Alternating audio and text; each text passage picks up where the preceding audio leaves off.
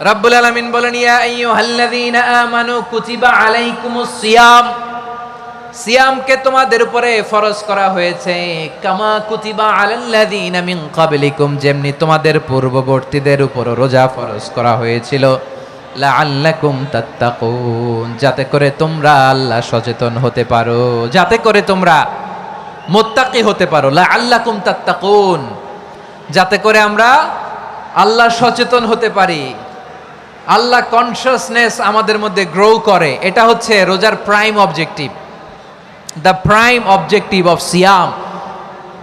অনেকে জিজ্ঞেস করলে অনেকে বলে রোজার মূল উদ্দেশ্য হচ্ছে না খেয়ে থাকা, না। অনেকে বলে গরিবদের কষ্ট অনুধাবন করা রোজার উদ্দেশ্য, না।